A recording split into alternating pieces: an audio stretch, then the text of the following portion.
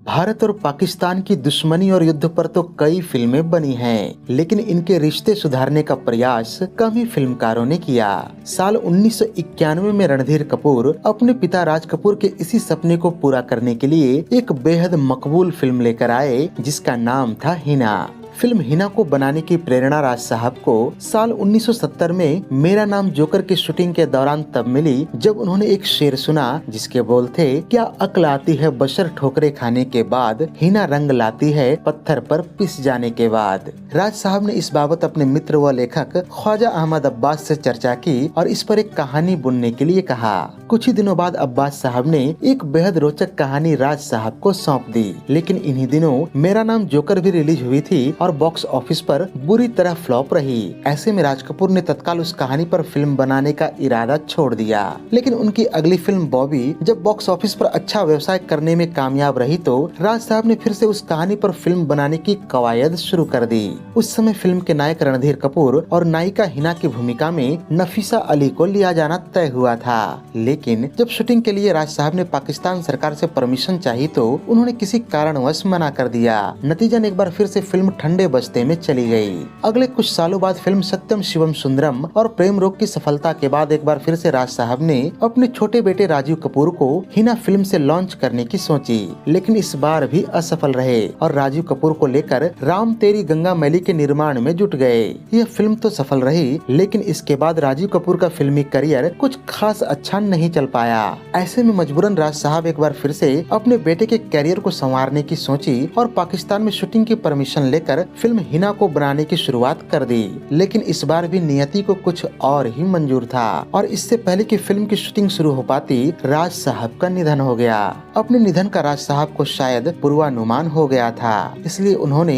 एक दिन रणधीर कपूर को अपने पास बुलाया और उन्हें 5,000 रुपए देते हुए कहा कि हिना फिल्म के निर्देशन की जिम्मेवारी आज से तुम्हें संभालनी है। इस घटना के ठीक अगले ही दिन राज साहब को अस्थमा का दौरा पड़ा और उन्हें हॉस्पिटल में भर्ती कर दिया गया। बहरहाल राज साहब के गुजर जाने के बाद अपने वायदे के अनुसार रणधीर कपूर हिना को मूर्त रूप देने में जुट गए और फिल्म की कास्टिंग शुरू कर दी। जैसा कि हमने आपको पहले ही बताया है कि फिल्म के नायक के तौर पर राज साहब अपने छोटे बेटे राजीव कपूर को लेना चाहते थे, लेकिन साल 1985 में एकमात्र कामयाब फिल्म देने के बाद राजीव की एक के बाद एक कई फिल्में पिट गयीं और कपूर खानदान की परंपरा के अनुसार उनका वजन भी बढ़ने लगा। ऐसे में मौके की नजाकत और आर के फिल्म्स की बेहतरी के लिए रणधीर कपूर ने अपने मंझले भाई ऋषि कपूर को लीड रोल में लेने की ठानी। हालांकि इस समय तक ऋषि भी उम्र दराज और मोटे लगने लगे थे, लेकिन अब भी उनकी स्टार वैल्यू राजीव कपूर से कहीं अधिक थी। ऐसे में अपनी बुद्धिमत्ता का परिचय देते हुए रणधीर कपूर ने उन्हें फिल्म के नायक के तौर पर चुन लिया।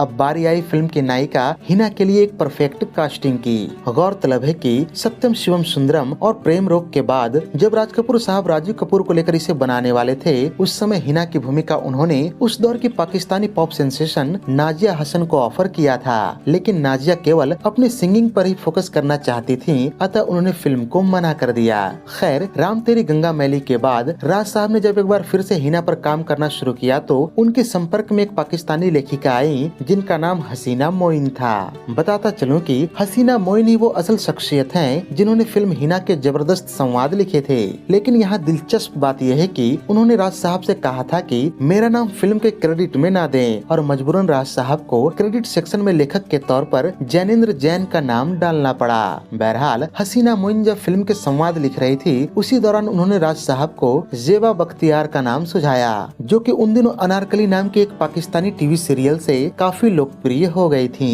राज कपूर ने उस सीरियल के वीडियो टेप मंगवा कर देखे और जेबा के काम से इतने प्रभावित हुए कि मन ही मन हिना की भूमिका में उन्हें चुन लिया, लेकिन इससे पहले वो इस बाबत जेबा से संपर्क कर पाते उनका निधन हो गया। ऐसे में रणधीर कपूर ने जब कमान संभाली और उन्हें जेबा के विषय में पता चला तो उन्होंने हसीना मोइन की मदद से जेबा को संपर्क किया और ऑडिशन के लिए भारत बुलाया। जेबा, जो कि एक बेहतर मौके की तलाश में थी, उन्होंने इस मौके को हाथ से जाने नहीं दिया और ऐसा कमाल का ऑडिशन दिया कि वहाँ उपस्थित आर के फिल्म्स के सभी लीजेंड टेक्नीशियन समेत रणधीर कपूर और ऋषि कपूर भी चौंक गए और जेबा हिना के रोल के लिए अंतिम रूप से चुन ली गयी। बात करें फिल्म की दूसरी नायिका अश्विनी भावे की तो वो वो भी पहली पसंद नहीं थी। दरअसल यह रोल उन्हें उस दौर की दर्जन भर नामचीन नायिकाओं से गुजरकर मिली थी। इन नायिकाओं में प्रमुख नाम है मीनाक्षी शेषाद्री, नीलम, भाग्यश्री, रवीना टंडन, जूही चावला, शिल्पा शिरोडकर, आयशा जुल्का, मनीषा कोइराला आदि। बहरहाल बात करें फिल्म की अन्य कास्टिंग की तो इसके एक महत्वपूर्ण रोल के लिए शुरू में नसीरुद्दीन शाह से भी बातचीत की गई थी।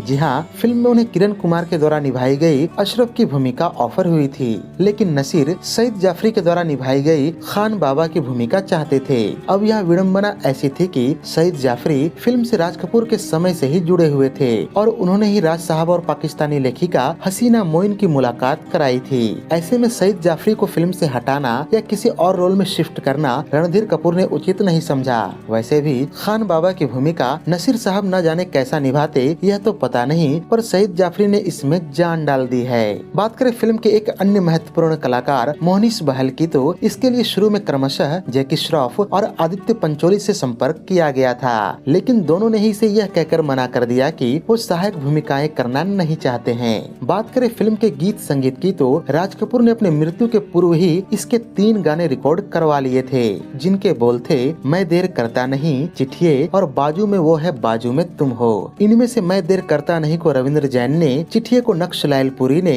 तथा बाजू में वो है को हसरत जयपुरी ने लिखा था। यहाँ दिलचस्प बात यह है कि शुरू के 2 गाने तो रणधीर कपूर ने प्रयोग किए, लेकिन तीसरा गाना बाजू में वो है जो कि लता मंगेशकर की आवाज में रिकॉर्ड किया गया था और टिपिकल राज कपूर साहब के स्टाइल का गाना था को फिल्म में शामिल नहीं किया गया। कहा जाता है कि इस बात से गीत के लेखक हसरत जयपुरी बेहद दुखी हुए और इस तरह से साल 1949 में फिल्म बरसात से शुरू हुआ RK फिल्म्स के साथ उनका सफर खत्म हो गया। खैर बात जो भी हो, लेकिन रणधीर कपूर अपनी बुद्धिमत्ता का परिचय देते हुए किसी तरह शूटिंग को पूरा किया, जिसमें राज कपूर साहब की पुरानी टीम ने इनका खासा सहयोग किया, जिनमें सिनेमेटोग्राफर राधु कर्माकर, लेखक मंडली के सदस्य VP साठे और ज्ञानेंद्र जैन, संगीतकार रविंद्र जैन, एडिटर जीतू मंडल का नाम प्रमुखता से लिया जा सकता है। इसके अलावा मशहूर चित्रकार MF हुसैन जी ने भी इस फिल्म में अपना महत्वपूर्ण योगदान दिया था। अगर आपको याद हो तो फिल्म के कास्टिंग में व्यक्तियों के नाम के साथ साथ फिल्म के थीम से जुड़े पेंटिंग्स भी चलते हैं, जो कि बेहद मनमोहक लगते हैं। ये पेंटिंग्स किसी और ने नहीं बल्कि MF हुसैन ने ही बनाए थे और जब रणधीर कपूर ने उनसे पैसे के लिए पूछा था तो उनका जवाब था कि ये पेंटिंग्स भारतीय सिनेमा के सबसे बड़े शोमैन राज कपूर साहब को मेरी तरफ से एक श्रद्धांजलि है। बात करें फिल्म के प्रीमियर की तो राज कपूर साहब के सम्मान में खुद उसका उद्घाटन तत्कालीन राष्ट्रपति R वेंकट रमन ने किया था। उस प्रीमियर को याद करते हुए राज कपूर के पोते रणबीर कपूर कहते हैं कि मेरे दादाजी मुझे बेहद प्यार करते थे और जब कभी भी मेरी माँ मुझे डांटती थी तो दादाजी उनसे कहते कि मेरे पोते के बदले मुझे डांट लो, लेकिन इसे कुछ मत कहना।